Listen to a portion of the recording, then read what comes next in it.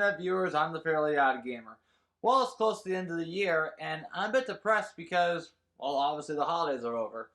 Now, you might be asking yourself, what exactly did I get for Christmas this year? Well, I did manage to get a trifecta of newly released games that centers around Christmas traditions, but even then, I still believe that 2025 is a huge year when it comes to gaming.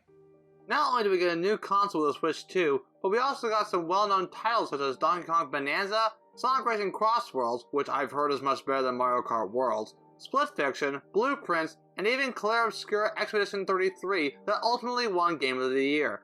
Besides all that, we also got some brand new games, remastered versions of old games, and even DLC for ongoing games. So let's find out which new games I got this year. On Christmas Day 2 years ago, I reviewed the Grinch Christmas Adventures for the Xbox One. I remember the game being a decent 2.5 platformer with some 3D levels that involve either getting chased by a large object or delivering presents to multiple houses. Oh, and you can also collect puzzle pieces like in Banjo-Kazooie. So why am I going back to this game? From what I've heard, the developers of Outright Insane, my new nickname for Outright Games, re-released the game as the Merry and Mischievous Edition, with a new area filled with 6 levels and an exclusive power-up for Max. However, there is another option. If you have the original game, like myself, you can purchase the Dedicated to Love Christmas DLC for around $10. All you get is just the additional content from the Merry and Mischievous Edition. Now tell me, what would you rather do? Pay $10 for a DLC of a game you already own at this point? Or pay $40 for another copy of the game with additional content already added? And no matter which version you own, I still get paid the big bucks. Anyway, let's head back to Mount Crowbet as we get merry and mischievous with the Grinch. Like the original game, the re-release version was made by Outright Insane with help from Casual Brothers. There's really no change from the original game aside from the new content, so let's get into it.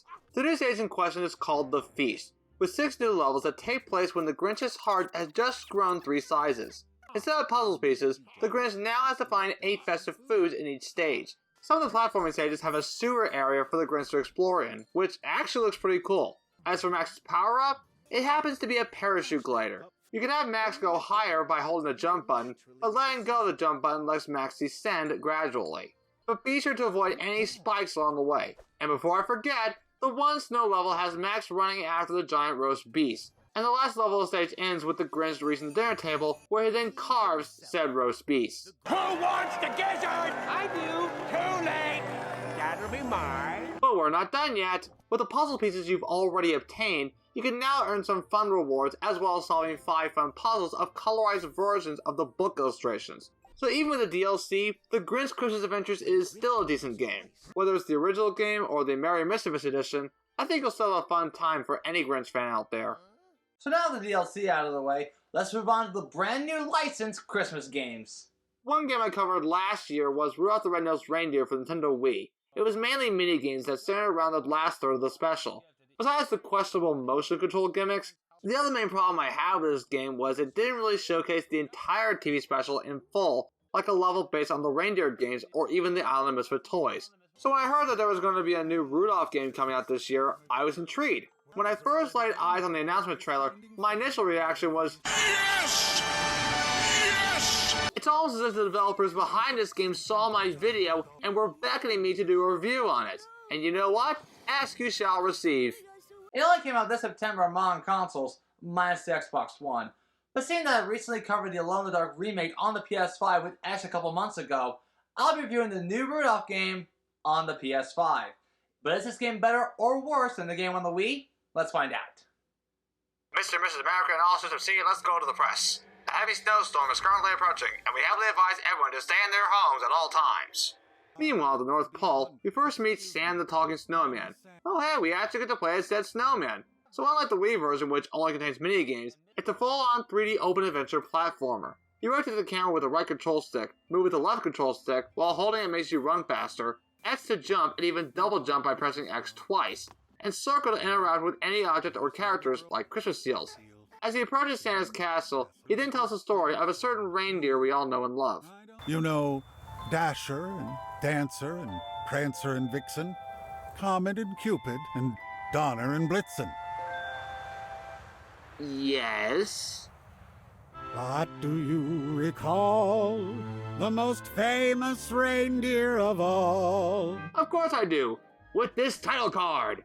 We see that the game was published by Game Mint Entertainment and was developed by Headless Chicken Games, a company that also developed Neo Sprint and even co-developed games such as G.I. Joe Operation Blackout and even Nickelodeon All-Star Brawl. I'm not joking about the last one. If you've seen the TV special, you probably know what happens now. Rudolph is born with a shiny red nose catching the eyes of his parents as well as Santa. However, for the rest of the game, you'll only be playing as Rudolph. Aw man, I wanted to play more as Sam the Snowman. Anyway, not only can you collect yellow crystals, but you'll also find one of Santa's jingle bells either scattered around the area or by completing a certain task. Besides the story-based tasks, others include racing against an opponent, completing a time trial, or in some cases, completing a bonus level inside a snow globe. After Donner hides Rudolph's shiny nose, he then makes his way to the Reindeer Games area. As soon as he meets Clarice, it's here where he first learns to dash into objects by pressing square. It's also here where you first run into Hermie, the elf dentist, who needs help finding a dentist book, and Yukon Cornelius, who needs help getting the sled out of a pile of snow. And finally, Rudolph has a health meter. If you fall into the water, a bottomless abyss, or lose all your health, it will cost you 10 yellow crystals, and you'll be sent to a checkpoint you last reached. Oh yeah, did I mention? These yellow crystals are your currency for the game that you can use to purchase one of Santa's bells, and even hints for the game. Oh, and you can also have Rudolph glide by holding X, but it's best to do that after a double jump. Finally, you can perform a ground pound, or power stomp, by pressing R2 after jumping to break stumps as well as thin ice. Alright, let's just go ahead and talk about the main problem I have with this game. The control. Or rather just how slippery Rudolph is. While I'm personally okay with his basic controls, it's that oftentimes I have problems whenever I have Rudolph jump onto tiny platforms. It doesn't happen all the time, but when it does, it starts to get pretty annoying. After completing the Reindeer Games obstacle course, this happens. Hey, Clarice, after practice, would you walk home with me? Uh-huh. Rudolph, I think you're cute.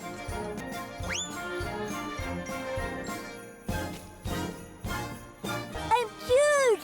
I'm cute! She said I'm cute! I wouldn't get too excited if I were you, because keep in mind, like the song goes, all the other reindeer laugh at Rudolph, but strangely no name calling, but still wouldn't let poor Rudolph join any reindeer games. Oh, like Monopoly! Each time you complete an area, it'll show how many jingle bells you found as well as any ornaments you found. Like the jingle bells, these ornaments can also be found scattered around each area. And also, you need to find a certain number of ornaments just to progress through the area. At the mountain pass, Rudolph, Clarice, Hermie, and Yukon, now known as the Misfits, slide down a gigantic mountain while also collecting yellow crystals and more jingle bells along the way. When suddenly, Scary Bumble! They enter a snow cave where they first run into Bumble. The Misfits had gotten into quite a predicament. The abominable snow monster of the north had cornered them. What were they going to do? Oh, easy. Just throw a snowball at Bumble and dash into him 3 times. As the Misfits perfect the Joestar family's secret technique, they escape Bumble by means of floating ice, I'm drowning! without any indication on where they're going. And look at that! A level based on the Island of Misfit toys! I really hope it's worth waiting for. Charlie in the Box wants us to find the other 8 Misfit toys and have them come to Charlie before meeting King Moonracer. For the second time, let me briefly summarize each of the Misfit toys' missions. Elephant needs help removing snow on the roof of his shack, find Misfit Plane and train in a game of hide and seek, win a race against Misfit Cowboy, find 4 lost bouncy balls for Misfit Doll, find nesting dolls for Misfit Mouse, free Misfit Scooter from a caged building, help Misfit Soldier find 5 lost feathers scattered around the area, and finally help the Misfit boat by giving it the big ship's wheel. And some of these tasks are very difficult to complete. While there's a map in this game, you have no indication on where you need to find certain items. It would have been better to have a radar by you instead of trying to search for things blindly. It's also here where I first discovered that you can fast travel to another discovered checkpoint, which is much easier than having to find it manually. Eventually you find the other Misfit toys as we finally get to see King Moonracer, who can't let them stay because the island is for toys only. Why is that, you may ask? Unlike playthings, a living creature cannot hide himself on an island. In case you're wondering, that's Andy Field voicing King Moonracer. And for any FNAF fans watching, he voiced the hand unit in Sister Location. And please don't ask me to review the FNAF games for Scary OddGamer. I'm not a big fan of jump scares. So Rudolph and friends offer to help the Misfit toys get delivered to Santa and are allowed to spend the day at the island. However, it turns out that Bumble found a way to the island, so now Rudolph and his friends have to escape from the island. After Rudolph proves himself to master the Joestar family's secret technique, you once again have to fight Bumble. On the previous battle, you have to wait until rocks corner Bumble. They execute a jump dash toward Bumble. Do so 2 more times, and Bumble is once again defeated. Once again, they escape via floating ice. But during all that time, a strange and wonderful thing was happening. And Rudolph realized that you can't just run away from your troubles. He knew where they had to go. Home. They end up back home only to hear that Rudolph's parents have been gone for months looking for Rudolph, and it's up to Rudolph and his friends to find them. Suddenly, snowstorm. And only 2 days before Christmas Eve. They then run into a polar bear who helps Rudolph and friends find a way to Bumble's cave. It's here we can run on these special walls by dashing at them and jump to get off said walls. I've seen this mechanic before in another game, but I can't quite put my finger on it. But uh-oh, that path is blocked by ice. So you have to find a squirrel and a raccoon with digging equipment to help you progress through the level. Eventually, you clear the summit to Bumble's cave, where you then find Rudolph's family, only to find Bumble yet again. This time, you have to platform your way up to Bumble and ground pound on the glass, therefore inflicting damage to Bumble. And of course, the more times you do so, the harder it gets. After 3 hits, you finally defeat Bumble once and for all. With help from Hermie, he removes all of Bumble's giant chompers, making the monster nice. But it doesn't stop Yukon sacrificing his life going after Bumble. So I suggest that they go back home, and that's exactly what they do. Back at Santa's castle, Rudolph and friends tell Santa about the Misfit toys. But then, wait, what? How did Yukon and Bumble survive the fall off the cliff? Didn't I ever tell you about Bumbles? Bumbles, bounce! Well, that makes sense. It's time to prepare for Christmas, which is exactly where the Wii game started, minus the motion controls. Not only are you introduced to wall jumping, but we also have these panels that change whenever you dash at any time. All you have to do is find the tool needed for an elf to fix the sleigh. Hey look, Foreman Elf! Why weren't you at elf practice? That's not an elf, that's a reindeer. Now, where was I? Oh yeah, find missing instruments for the elf band, find a girl elf's pillow, find Santa's hat, find flour to help an elf make a bell-shaped cake, and finally grab the star for Bumble to place on top of the tree. And this is where I had the most trouble.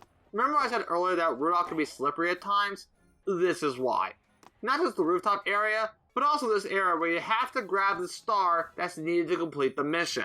If you fall, you have to fast travel to the checkpoint and do it all over again until you reach the star. And at last, everything's ready for Christmas. But there's one small problem. Christmas is going to be cancelled. But thanks to Rudolph's red shiny nose, Santa decides to let Rudolph lead the team.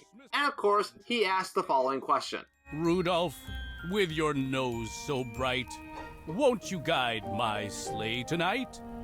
It will be an honor, sir. This all leads to the final flight as Rudolph platforms his way to the island of Misfit Toys, or you can lead Santa to his demise by falling off a bottomless abyss. Christmas is going to be cancelled. Nah, just kidding. He does escape breaking ice as he flies off delivering toys to every boy and girl. As for Rudolph, well, let's just say that he went down in history.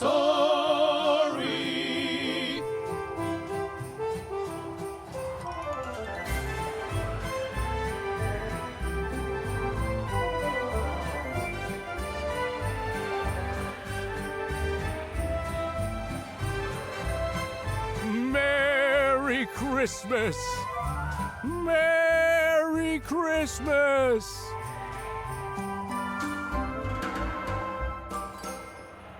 And it just ends right there. But there is one more thing to mention. You can even replay the levels as other characters like Clarice, Hermie, and Yukon Cornelius. But even then, the dialogue stays the same. It's my nose. It keeps giving us away. Rudolph, you do realize I'm playing as Yukon Cornelius, right? And even then, you have a shiny red nose, he doesn't. However, there's still one more game to talk about.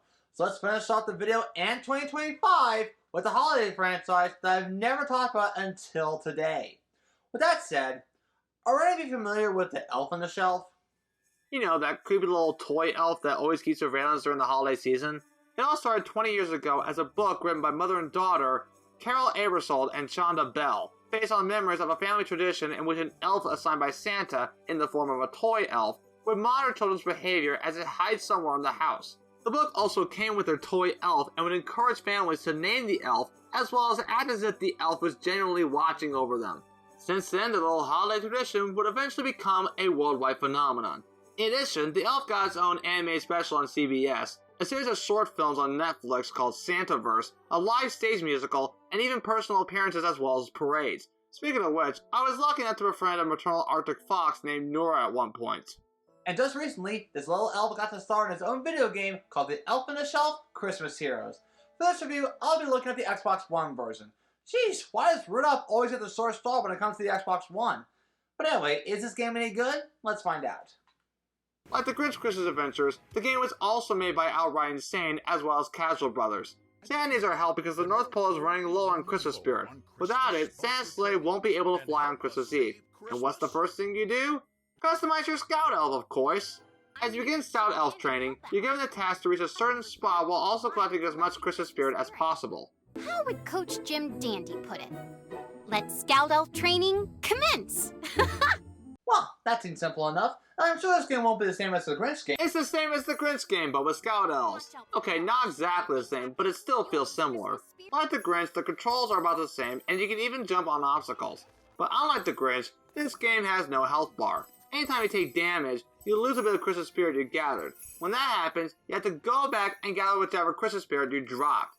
In addition, this game has enchanted doors that hold mini-games so you have to complete under a time limit in order to collect a golden heart charm. And there's only 3 to collect in each level, sort of like puzzle pieces from the Grinch. The minigames include running through a maze, sorting Christmas ornaments, matching cards, and solving a puzzle that also plays a small clip from the Santaverse series. Each level ends whenever you reach a sparkly mistletoe and your elf performs a certain pose.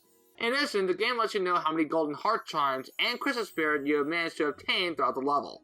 Additionally, your elf can swing on hanging ornaments like a vine, double jump over obstacles, and even dash forward. By the way, is it just me, or does this game give me Clockwork Knight vibes? Once training is done, you can customize the look of your Scout Elf by giving it clothes, facial features, and even naming it.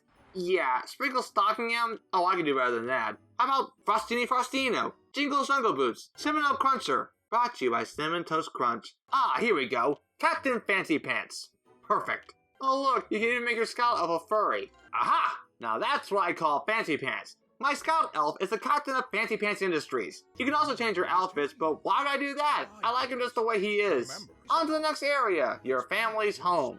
Just like before, collect more Christmas spirits, play more minigames, avoid or remove any obstacles, and make it to the sparkling mistletoe. The house involves the living room, both sisters' bedrooms, the kitchen, the dining room, the backyard, and the TV room. Hey look, there's Nora right there! My maternal friend is in this game! It's also here where you can obtain a peppermint grappling hook, allowing you to grapple onto an ornament by jumping onto it.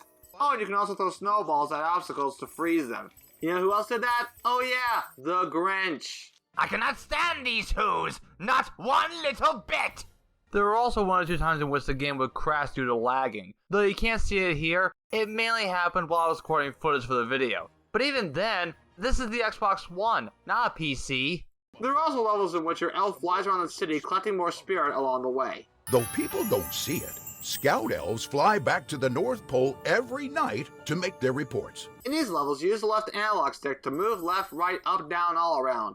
However, these levels have no enchanted doors, which means no minigames. So how do I gain more golden heart charms? By collecting as much Christmas spirit as possible. The more Christmas spirit you obtain, the more golden heart charms you get. And doing so earns you a boost.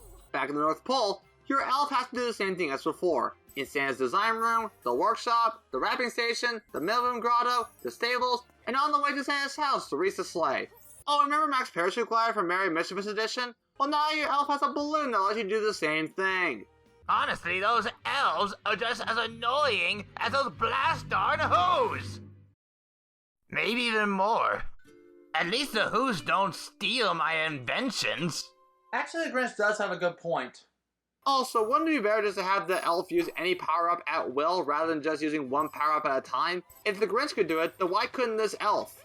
The developers were clearly capable of doing that, but who knows? Maybe this guy will also have DLC in a couple years. And starting with the stables, your elf now has to avoid animatronic snowmen. I knew I had a sneaky suspicion about them. After one final flying level, we see Santa's magic mirror bursting with Christmas spirit. So much so that Santa's sleigh will be able to fly this Christmas Eve. The end. So after playing all these new games, what are my overall thoughts on them? It's pretty hard to explain. Having a video game tie into a well-known franchise is a hard thing to get right.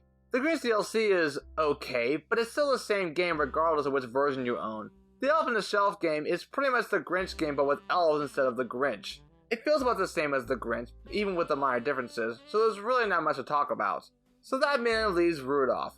First off, I want to thank Gaming Entertainment for giving me a Rudolph game that I asked for. However, there are still some major flaws with it. For starters, some of the levels look a bit empty to me, like the snow mountains and the first North Pole levels.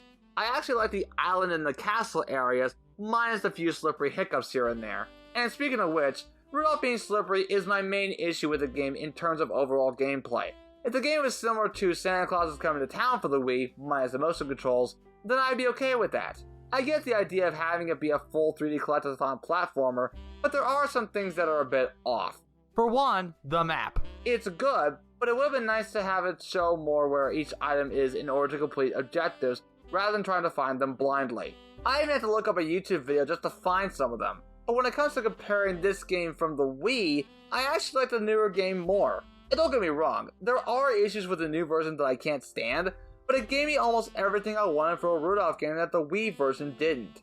Overall, these games are okay, but it's really not worth spending your time on. But if you like, then please feel free to give these games a try. Maybe there's something about these games that I feel like I'm missing. And it shows me that anyone can make a video game that ties in with memorable franchises, but they can only be good if they're done right. I'm the Fairly Odd Gamer, and I wish you all good luck the rest of your day or night, wherever. Hey gamer, sorry I'm late. No worries, Hux. Anyway, what's up? Nothing much, dude. Although, I did find a lone box underneath a tree in the living room. Something tells me that it could be a present from Santa. Wait, Santa? Yeah, dude. Well, I gotta see what it is. Don't hurt yourself, gamer.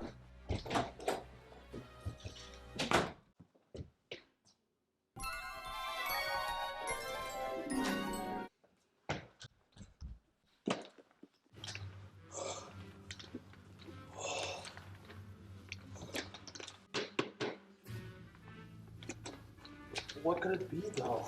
I don't know, dude.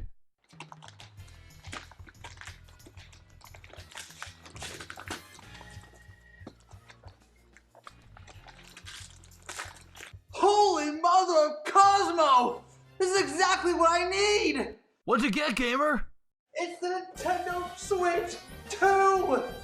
Dude, that's most excellent! I'm so proud of you, gamer. Thanks, Hux. Merry belated Christmas. You too, buddy. And to my recently reached 4,000 subscribers on my YouTube channel,